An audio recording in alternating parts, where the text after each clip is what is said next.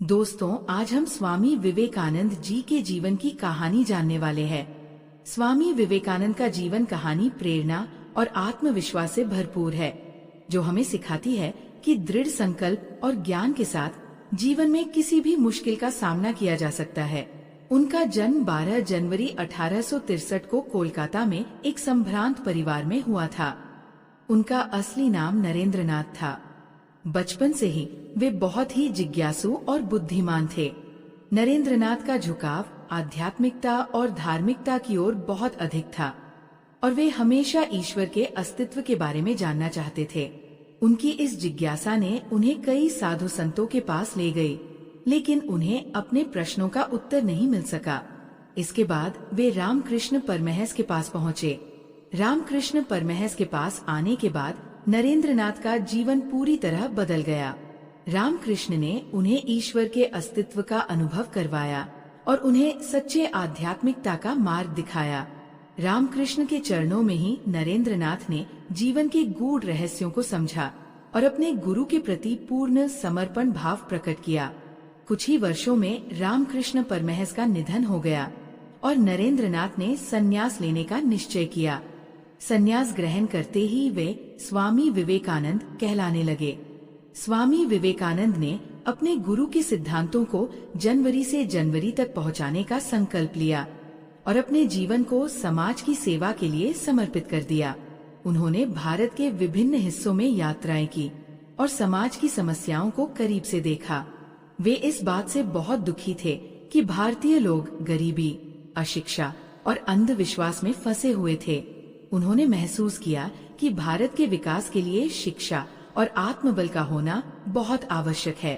स्वामी विवेकानंद ने हमेशा युवाओं को प्रेरित किया और कहा, उठो, जागो और तब तक मत रुको जब तक लक्ष्य की प्राप्ति न हो जाए। उनकी शिक्षाओं का प्रचार प्रसार सिर्फ भारत तक ही सीमित नहीं था। 1893 में शिकागो, अमेरिका में विश्व धर्म महासभा का आयोजन हुआ, जिसमें उन्होंने भारतीय संस्कृति और सनातन धर्म का परिचय दुनिया के सामने रखा। उन्होंने अपने भाषण की शुरुआत मेरे अमेरिकी भाइयों और बहनों कहकर की और इसे सुनते ही वहां उपस्थित लोगों ने तालियों की गड़गड़ाहट से उनका स्वागत किया। उनके विचार और भाषण से सभी प्रभावित हुए और स्वामी विवेकानंद रातों रात विश्व प्रसिद्ध हो गए।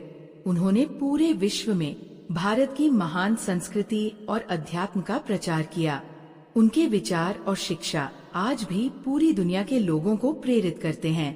शिकागो के भाषण के बाद स्वामी विवेकानंद ने पश्चिमी देशों में भारतीय संस्कृति और योग का प्रचार प्रसार किया। उन्होंने कई जगह भाषण दिए और लोगों को भारतीय संस्कृति के प्रति जागरूक किया। उनकी शिक्षाओं का उद्देश्य समाज में बदलाव लाना था। वे मानते थे कि यदि प्रत्येक व्यक्ति अपने अंदर की शक्तियों को पहचान ले, तो समाज की समस्याओं का समाधान अपने आप हो जाएगा। भारत लौटने के बाद स्वामी विवेकानंद ने रामकृष्ण मिशन की स्थापना की, जिसका उद्देश्य समाज सेवा, शिक्षा और आध्यात्मिकता का प्रचार करना था। उन्होंने गरीबों की सेवा को ईश्वर की सेवा माना और हमेशा लोगों को दूसरों की मदद करने की प्रेरणा दी। उनकी शिक्षाएं हमें बताती है कि जीवन में कठिनाइयों का सामना कैसे करना चाहिए और अपने लक्ष्य की ओर कैसे बढ़ना चाहिए। स्वामी विवेकानंद का जीवन कठिनाइयों और संघर्षों से भरा था, लेकिन उनके मन में कभी भी हार मानने का विचार नहीं आया। उनका जीवन हमें सिखाता है कि आत्मविश्वास, मेहनत और दृढ़ संकल्प से किसी भी मुश्किल का सामना किया जा सकता है। 4 जुलाई 1902 को स्वामी विवेकानंद ने महासमाधि ली और दुनिया को अलविदा कह दिया। उनके जीवन और उनके विचारों की रोशनी आज भी हमारे समाज को दिशा दिखाती है। उनके आदर्शों पर चलकर हम न केवल अपने जीवन को सार्थक बना सकते हैं, बल्कि समाज में भी सकारात्मक बदलाव ला सकते हैं। स्वामी विवेकानंद के विचार आज भी युवाओं के लिए प्रेरणा का स्रोत हैं और उनकी शिक्षाएं हमें सिखाती है कि हमें अपने जीवन में कभी हार नहीं माननी चाहिए।